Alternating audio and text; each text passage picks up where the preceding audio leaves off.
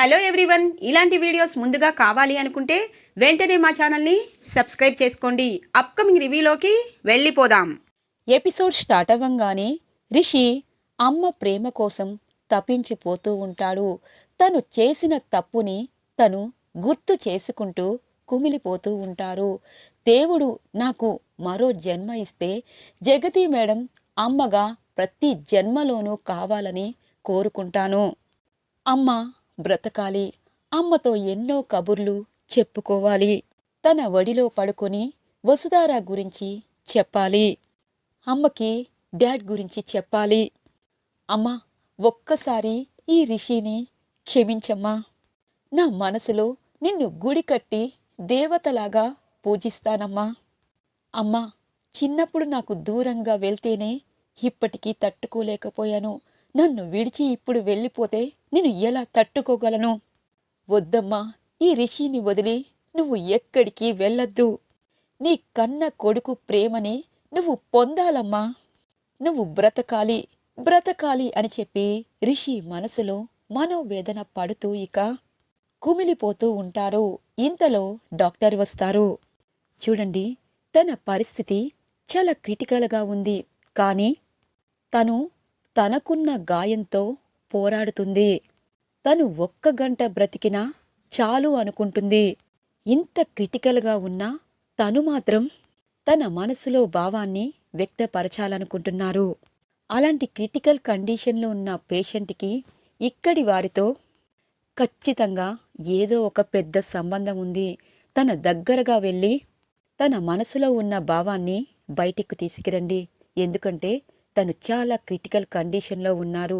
ఒక్కొక్కసారి దేవుడు మిరాకిల్ చేస్తారు, మనకి అవకాశం ఇస్తారు. ఆ అవకాశాన్ని మనం సద్వినియోగ పరుచుకోవాలి. ఒక డాక్టర్గా ఇలాంటివి నేను చెప్పకూడదు. తను బ్రతికే అవకాశం 1% ఉన్నా తన గుండెల్లో ఉన్న ప్రేమకి తను బ్రతకచ్చు అని చెప్పి 100% గ్యారంటీ ఇస్తాను అని అంటారు డాక్టర్. ఒక్కసారిగా రిషి వసుధార డాక్టర్ చెప్పిన మాటలకి ఎమోషనల్ అవుతారు. ఏంటి డాక్టర్, తను 100% బ్రతకచ్చా అని అంటుంది దేవయాని. అవును మేడం, ప్రేమకున్న పవరే అలాంటిది మేడం. ఒక్కొక్కసారి చాలాసార్లు ట్రీట్మెంట్ చేసిన ఆ మనిషి ఒక్క మాట కోసం బ్రతకచ్చు. అలాంటి సందర్భమే ఇప్పుడు ఆ పేషెంట్లో కూడా కనిపిస్తుంది. చూడండి, మీరు తన దగ్గరికి వెళ్ళి తనకి కావలసిన ప్రేమని అందిస్తే తను బ్రతకచ్చు అని అంటారు ఇక డాక్టర్. ఇక దేవయాని షాక్ అయిపోతుంది.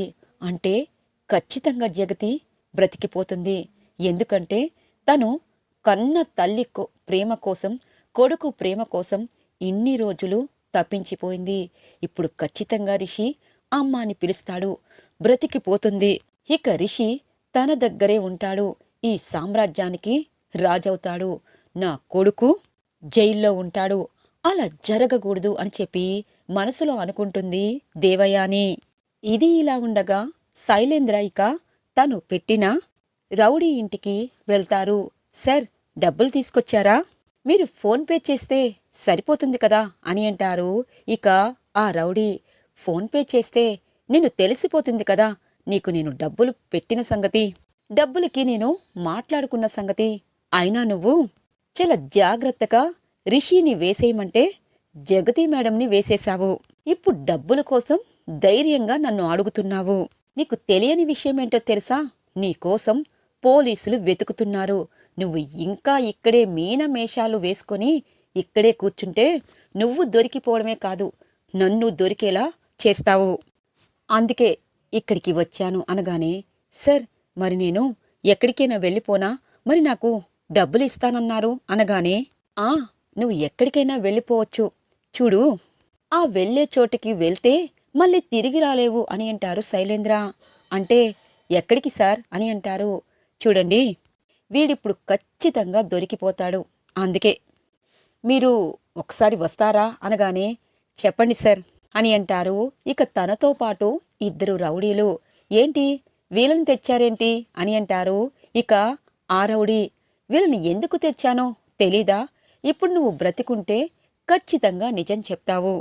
నిన్ను చంపేశాననుకో, ఇక నువ్వు కూడా చచ్చిపోతావు కాబట్టి ఇక నా మీద చెప్పేవారు ఎవ్వరూ ఉండరు.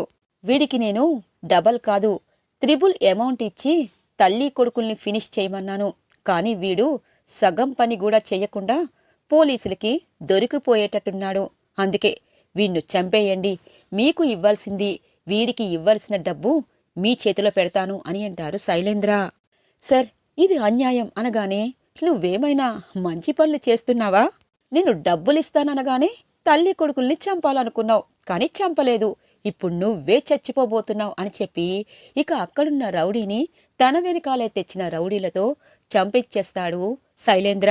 సార్, ఇప్పుడు ఈయన్ని చంపించారు, పోలీసులు వెతికితే మేం దొరికిపోతామేమో అనగాని దొరకకుండా ఉండాలనే కదా మిమ్మల్ని ఈ గెటప్లో తెప్పించాను. వెళ్ళండి, మీరు ఎవ్వరికీ కనిపించినంత దూరంగా వెళ్ళిపోండి. మీరు బ్రతికున్నంతకాలం సరిపడే డబ్బనేది మీ ఇంటి దగ్గర పెట్టాను. మీకు భార్య పిల్లలు ఉన్నా వెళ్ళిపోండి అనగానే సరే సార్ తనతో పాటు వచ్చిన రౌడీలు అక్కడి నుండి వెళ్ళిపోతారు. ఏ పనైనా సరే కొంచెం కూడా మిగిలిస్తే అది నా పీకల మీదకే వచ్చేస్తుంది అని మనసులో అనుకుంటారు. ఇంతలో దేవయాని ఫోన్ చేస్తుంది శైలేంద్రకి. ఎక్కడున్నావు శైలేంద్ర అనగానే, మమ్మీ, ఒక చిన్న పని పెండింగ్లో ఉంది, అది పూర్తి ఇప్పుడే చేశాను. చెప్పు మమ్మీ అనగానే, నీ ముఖంలా ఉంది, ఇక్కడ జగతి బ్రతికేటట్టు ఉంది. డాక్టర్లే చెప్తున్నారు తను బ్రతకచ్చు చావచ్చని. కాని జగతి ధైర్యానికి ఖచ్చితంగా బ్రతుకుతుంది. రిషి తనని అమ్మ అని పిలిస్తే తను చనిపోయినా బ్రతికొస్తుంది. నిన్ను నమ్ముకున్నందుకు అటు జగతిని ఏం చేయలేకపోయావు, రిషిని ఏం చేయలేకపోయావు అనగానే, మమ్మీ, పిన్ని నిజంగా బ్రతుకుతుందన్నారా డాక్టర్స్ అనగానే, అన్నారు. వాళ్ళు రిషి వసుధారాని లోపలికి వెళ్ళమని డాక్టరే చెప్తున్నారు. ఖచ్చితంగా రిషి అమ్మ అని పిలిస్తే జగతి బ్రతికేస్తుంది అని అంటుంది దేవయాని. మమ్మీ, వాళ్ళని ఆపు మమ్మీ అని అంటారు.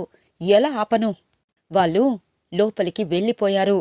మమ్మీ, నువ్వు కూడా వెళ్ళి అక్కడున్న ట్యూబ్ ఏదైనా కట్ చేసే అనగానే, చూడు శైలేంద్ర, ఇప్పుడు నేను దొరికిపోయే పనులు ఏమీ చెయ్యలేను. ఇప్పుడు నువ్వు రిషికి దొరకకుండా ఉండడానికి ప్రయత్నం చెయ్యి, ఇక్కడికి రా అని అంటుంది దేవయాని. సరే మమ్మీ, నువ్వు కంగారు పడద్దు, మనమంటే ఏంటి అనేది తెలిసినా వాడి కూడా అయిపోయాడు, ఇక చెప్పే అవకాశం లేదులే, వస్తున్నాను. ఇప్పుడు బ్రతికిపోయినా కొన్ని రోజుల తర్వాత పిన్ని చచ్చిపోతుంది. రిషి తన కళ్ళ ముందే చంపేస్తాను, నువ్వేమీ కంగారు పడద్దు అని చెప్పి హాస్పిటల్కి బయలుదేరతారు శైలేంద్ర. ఇక రిషి, వసుధార అలాగే మహేంద్ర జగతి మేడం దగ్గరికి వెళ్ళబోతూ ఉండగానే వసుధార ఆగిపోతుంది. సార్, మేడం రిషి సార్కి ఏదో చెప్పాలనుకున్నారు, కానీ రిషి సార్ మేడంని అమ్మ అని పిలవాలనుకుంటున్నారు. ఆ తల్లి కొడుకులు ప్రేమకి మనం అడ్డుపడకూడదు. రిషి సార్, వెళ్ళండి, మేడంని మీ మనస్ఫూర్తిగా అమ్మ అని పిలవండి, ఖచ్చితంగా మేడం బ్రతుకుతారు అనగానే ఇక రిషి ఒక్కడే ఇక జగతి మేడం దగ్గరికి వెళ్తారు. జగతిని ఆ పరిస్థితిలో చూసిన రిషికి గుండె ముక్కలవుతుంది. ఇక రిషి జగతి మేడం దగ్గర కూర్చొని తన చేతిని పట్టుకుంటారు. ఎందుకమ్మా, ఎందుకు ఈ కొడుకంటే ఇంతగా ప్రేమిస్తున్నావు? ఈ కొడుకు నిన్ను ద్వేషించాడు, అనరాని మాటలు అన్నాడు. ఏ కన్న కొడుకు ఏ తల్లికి అనని మాటలు నిన్ను అన్నాడు. అయినా కన్న తల్లి ప్రేమ ఇలాగే ఉంటుందా? తన కొడుకు కోసం తన ప్రాణాలనే ఇచ్చేసినంత ప్రేమ ఉంటుందా? మరి నా మనసుకి ఎందుకు అర్థం కాలేదమ్మా? నీ ప్రేమ ఎందుకు నన్ను అర్థం కానివ్వలేదు? అమ్మా, నువ్వు బ్రతకాలి, జీవితాంతం నిన్ను అమ్మగా పూజిస్తాను. అమ్మ అని పిలుపుకి జీవితాంతం నేను చెరువులో ఉంటాను. నువ్వు బ్రతకాలి అమ్మా, నువ్వు బ్రతకాలి, నాతో ఆడాలి, నాకు నువ్వు చెప్పుకోవలసిన ఎన్నో బాధలు చెప్పుకోవాలి. అమ్మా, నువ్వు బ్రతుకమ్మా అని చెప్పి ఇక రిషి తన చేతిని పట్టుకొని చాలా అంటే చాలా బాధపడుతూ ఉంటారు. జగతి చలనం ఉండదు. జీవితాంతం నాకు శిక్ష వేసి వెళ్ళాలనుకుంటున్నావా అమ్మా? ఈ రిషిని ఋషిలాగా చూడాలనుకుంటున్నావా అమ్మా? అమ్మా, నా కన్నీళ్లతో నీ కాళ్ళని కడుగుతానమ్మా, లెగు లెగు, రిషి అన్న ఒక్క మాట మాట్లాడు అని చెప్పి ఇక రిషి బాధపడుతూ ఉంటారు జగతి మేడంని చూస్తూ. ఇంతలో డాక్టర్ అంటారు, చూడండి, పేషెంట్లో చలనం లేకుండా ఉంది. ఇంకసేపట్లో తన కోమాలోకి కూడా వెళ్ళొచ్చు. అందుకే తనని డిస్టర్బ్ చెయ్యకూడదని అనుకుంటున్నాము అని అంటారు. రిషి బాధపడతారు. బాధపడి ఇక బయటికి రాబోతూ ఉండగానే డాక్టర్ కూడా తనతో పాటు బయటికి వస్తారు. ఇక వసుధార అంటుంది, సార్, మేడంకి మీరు చెప్పారా అనగానే, వసుధారా, నేను చేసిన పాపానికి ప్రాయశ్చిత్తం లేదు వసుధారా. అందుకే మేడం నా ప్రేమని కూడా పొందనంత దూరంగా వెళ్ళాలనుకుంటున్నారు. అలసిపోయారు. ఈ రిషిని మేడం ఎప్పటికీ క్షమించరు అనగానే, సార్, అది కాదు సార్ అని చెప్పి అనబోతూ ఉండగానే ఇంతలో కరెక్ట్గా జగతి మేడం కళ్ళు తెరుస్తారు. ఇక రిషి అన్న పిలుపు వినిపిస్తుంది వసుధారాకి, అలాగే రిషికి, ఇటువైపు మహేంద్రకి. డాక్టర్ వెళ్ళిపోవడం, ఇక జగతికి మెలకు వచ్చి రిషిని పిలవడం ఒకేసారి జరుగుతుంది. రిషి నమ్మలేని నిజాన్ని విన్నట్టు వెనక్కి తిరిగి చూస్తారు. రిషి అని పిలుస్తుంది. పరుగు పరుగున వసుధార, రిషి, మహేంద్ర తన దగ్గరికి వస్తారు. జగతి మేడం చిరునవ్వు నవ్వుతూ ఉంటుంది. నాన్న రిషి, ఇంకొక్కసారి అమ్మ అని పిలువు అని అంటుంది. ఒక్కసారిగా రిషి జగతి మేడం మెలకువ రావడంతో, అమ్మా, నన్ను క్షమించు, నన్ను క్షమించమ్మా. ఈ రిషి నీకు ఉన్నాడు, నీకేమీ కాదు. నీ ఒడిలో తల వంచుకొని తల వాల్చుకొని నీకెన్నో కబుర్లు చెప్పాలమ్మా. నువ్వు నువ్వు అమ్మవి కాదమ్మా, నా ప్రాణాలు కాపాడిన దేవతవి. అమ్మా, నన్ను క్షమిస్తావా అని అంటారు రిషి చిన్న పిల్లవాడిలా ఏడుస్తూ. జగతి మేడం చిరునవ్వు నవ్వుతుంది. రిషి నుదుటిన ముద్దు పెడుతుంది జగతి మేడం. ఇక మహేంద్ర, జగతి, నువ్వనుకున్నట్టు రిషి నిన్ను అమ్మ అని పిలుస్తున్నాడు. చాలు జగతి, ఇక చాలు, మనందరం సంతోషంగా ఉంటాము అని అంటారు. అవును మహేంద్ర, ఇప్పటిదాకా నా కొడుకుని, నా కోడల్ని కంటికి రెప్పలా చూసుకున్నాను. ఇకపై వాళ్ళిద్దరి బాధ్యత నీదే మహేంద్ర. నా వల్ల వసుధార తన ప్రేమని కోల్పోయింది, తన తల్లిని కోల్పోయింది. జీవచ్యవంలా నా వల్లే మిగిలింది అని అంటుంది. ఒక్కసారిగా రిషి గుండె పగిలిపోతుంది. మేడం, వసుధార వాళ్ళ అమ్మకి ఏమైంది అనగానే, సార్, ఇప్పుడు అవన్నీ ఎందుకు సార్ అని అంటుంది. జగతి, ఇప్పుడు నీకు ఎలాగుంది అనగానే, నాకు ప్రశాంతంగా ఉంది మహేంద్ర. రిషి, వసుధార అని చెప్పి వాళ్ళిద్దరినీ పిలుస్తుంది దగ్గరగా. ఇద్దరూ ఒంగొని ఉంటారు. ఇక తన చెయ్యి చూపిస్తుంది జగతి మేడం. అందులో నల్ల పూసలు ఉంటాయి. ఒక్కసారిగా రిషి వాటిని చూస్తాడు. మేడం, మీరు అనుకున్నట్టు మీ శిష్యురాల్ని నేను పెళ్లి చేసుకుంటా మేడం. మీరు డాడ్ పక్క నుండి నన్ను అని చెప్పి అంటారు. రిషి, మహేంద్రని, వసుధారాని జాగ్రత్తగా చూసుకో. వసు, రిషికి ఇప్పుడు అమ్మైనా భార్యవైనా శ్రేయోభిలాషివైనా నువ్వే. నువ్వే నా కొడుకుని కాపాడు, కాపాడు వసు. నేను లేని లోటు నువ్వే తీర్చగలవు. అసలు సిసలైన గురుదక్షిణ ఇదే వసు. ఈ గురువుకి నువ్విచ్చే గురుదక్షిణ అని చెప్పి ప్రాణం విడిచిపెడుతుంది జగతి. అమ్మా, అమ్మా అని చెప్పి రిషి తను లేపుతూ ఉంటారు. ఇక జగతి మేడం చనిపోతారు. వసుధార, మేడం అని చెప్పి బోరున ఏడుస్తుంది. ఇక మహేంద్రకి ఏం చెప్పాలో ఏం చెయ్యాలో అర్థం కాదు. ఇక హాస్పిటల్లో ఉన్న చివరికి వెళ్ళిపోతారు. జగతి మేడం చనిపోయారు అన్న నిజం కూడా తట్టుకోలేకపోతారు మహేంద్ర. జగతితో తన జ్ఞాపకాలని గుర్తు చేసుకుంటారు. రిషి నిజంగా ఋషిలాగా మారిపోతారు.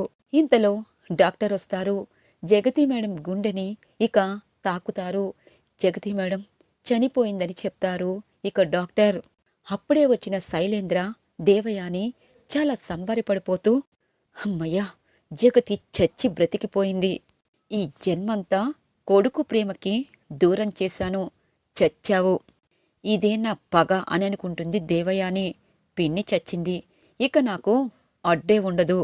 ఈ రిషిగాడు జన్మంతా చేసిన పాపాన్ని గుర్తు చేసుకుంటూ కుమిలిపోతాడు అని చెప్పి శైలేంద్ర సంబరపడిపోతూ ఉంటారు. ఇటువైపు ఫణీంద్ర, ధరణి ఇక జగతి మేడం చనిపోవడంతో తట్టుకోలేకపోతారు. హాస్పిటల్లో ఒక పెద్ద వెలుగొస్తుంది. మనకి జగతి మేడం కనిపిస్తారు. చాలు, ఏ తల్లికైనా కొడుకుని బ్రతికించడమే కావాలి. అలాంటి నా కొడుకు అమ్మ అని పిలిచాడు. ఈ జన్మకి నాకు ఇది చాలు. నేను ఆత్మగా వెళుతున్నా మిమ్మల్ని ఎప్పటికీ కాపాడుతూనే ఉంటాను. ఈ జన్మకి నా కొడుకు నన్ను అమ్మ అని పిలిచాడు. అందుకే మనస్ఫూర్తిగా ప్రాణాలను విడిచాను. ఇక నాకు ఎటువంటి బాధ లేదు.